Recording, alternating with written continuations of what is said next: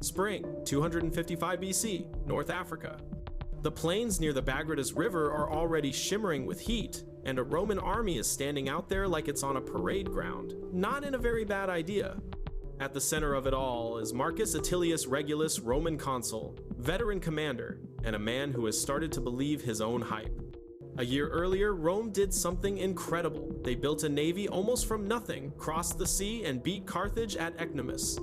They landed in Africa, won a victory near Adis, burned some countryside, and suddenly it felt like the war was basically over. In Rome's mind, this wasn't just a campaign, it was a victory lap. Carthage, shaken and cornered, tried the reasonable option, negotiations. The message was simple: we'll pay, we'll give up ground, just don't destroy us. Regulus's reply? No, I don't want a deal, I want to surrender. He demanded terms so harsh they were basically a slow-motion execution of Carthage as a power. Give up your fleet, give up your elephants, accept permanent tribute, accept that Rome owns your future. Here's a small hook to keep in mind.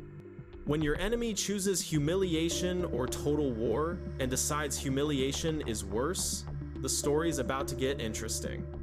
Rejected and humiliated, Carthage didn't fold. Instead, they did something clever. They called in an outsider. Enter Xanthippus of Sparta. He wasn't a politician, not a noble, not a merchant. He was a professional soldier from a culture where hard mode was the default setting. When Xanthippus arrived and saw the state of the Carthaginian army, he didn't see weakness, he saw wasted potential. The Carthaginians had good infantry, they had famous Numidian cavalry, they had elephants, a lot of elephants. What they lacked was a plan. Xanthippus reorganized everything. He drilled the infantry into a proper phalanx line. He shaped the cavalry into a coordinated force instead of scattered detachments. And the elephants? He put them exactly where they would terrify any infantry commander, right at the front. Meanwhile, Regulus and his camp was hearing reports. Carthage is regrouping, they're training, they have a new commander. For a cautious general, that would be a warning. For Regulus, it was motivation. More enemies in one place? Perfect. Easier to crush. Here's another thought to hold on to. What's more dangerous than a wounded enemy? A wounded enemy who has just hired a better teacher. The battlefield that Xanthippus chose near the Bagradas River was not an accident. It was flat, wide, open. For Roman infantry, that was acceptable terrain. For elephants and cavalry, it was a dream. Regulus marched out with around 15,000 infantry and 500 cavalry. Not a massive army by Roman standards, but a solid expeditionary force if used wisely. Facing him, Xanthippus had a reformed Carthaginian army, more cavalry, and a line of war elephants that must have looked, to those Romans, like a living wall. The Romans formed up the old, reliable way. Dense infantry in the center, a small cavalry contingent on the flank. Their strength had always been discipline, cohesion, and the confidence that no one could outlast a Roman line. Xanthippus, across the field, chose something much simpler.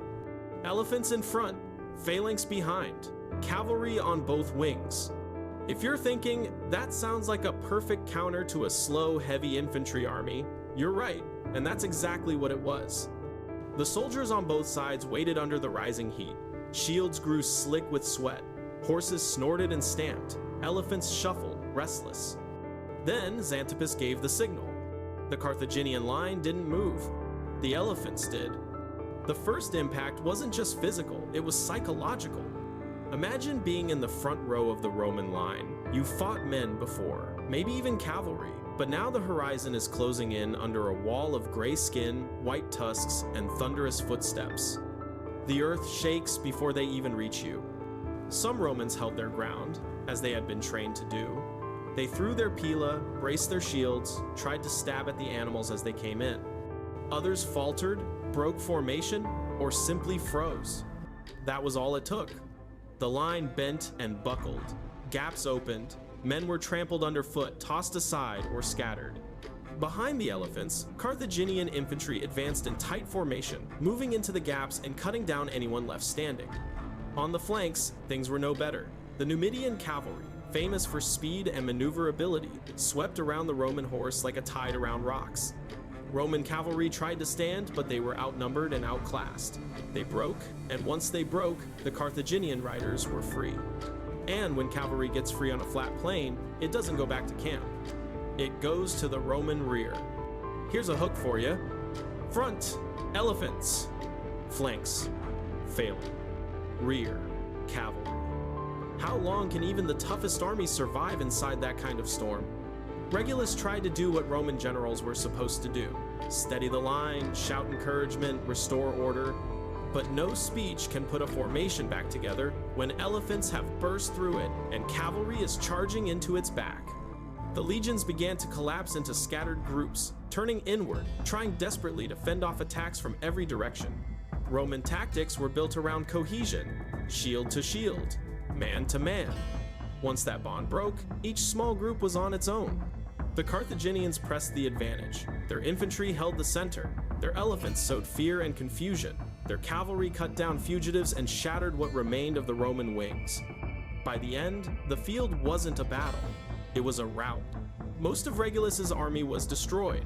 Only a fragment made it back toward the coast. The consul himself was captured, taken alive by the very enemy he had expected to humiliate. For Carthage, it was a stunning reversal. After years of losing ground and confidence, they suddenly had a total victory. A Roman army annihilated, a consul in chains, and proof that, with the right leadership, they could still match Rome on land. For Rome, it was a brutal lesson. You can't swagger your way through Africa on confidence alone. What happened next to Regulus is one of those stories where history and propaganda blur. Later, Roman accounts claim that Carthage sent him back to Rome on oath to argue for peace or a prisoner exchange. If Rome agreed, he would live. If they refused, he had to return to Carthage and face execution. In the Roman version, Regulus stood before the Senate in worn clothes, physically broken but stubborn as ever, and said, "Do not make peace. Do not trade prisoners. Keep fighting, even if it means my death." The Senate, inspired by his supposed sacrifice, chose to continue the war, and Regulus, bound by his oath, returned to Carthage. Roman writers say he was then tortured and killed in some especially cruel way, and his story became a kind of moral fable. The noble Roman who chose honor and duty over his own life, in contrast to the treacherous, cruel Carthaginians. Modern historians are far less sure about those details. The dramatic speech, the noble return, the elaborate torture, all of it looks suspiciously like the kind of tale Romans love to tell themselves. But even if we strip the legend down to the bones, the core remains. Regulus led an army into Africa with too much confidence and too little caution. He underestimated Carthage, underestimated Xanthippus, and overestimated Rome's ability to win everywhere, all the time. The price was an army lost, a consul captured, and a sharp reminder that even Rome could bleed.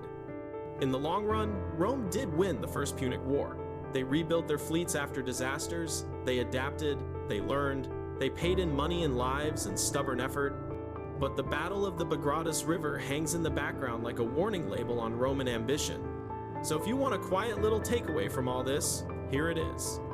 When one side thinks victory is guaranteed and the other side is desperate enough to change everything, don't bet on the side that's already celebrating. Because on that hot day near the Bagradas River, Roman hubris didn't just bend, it broke.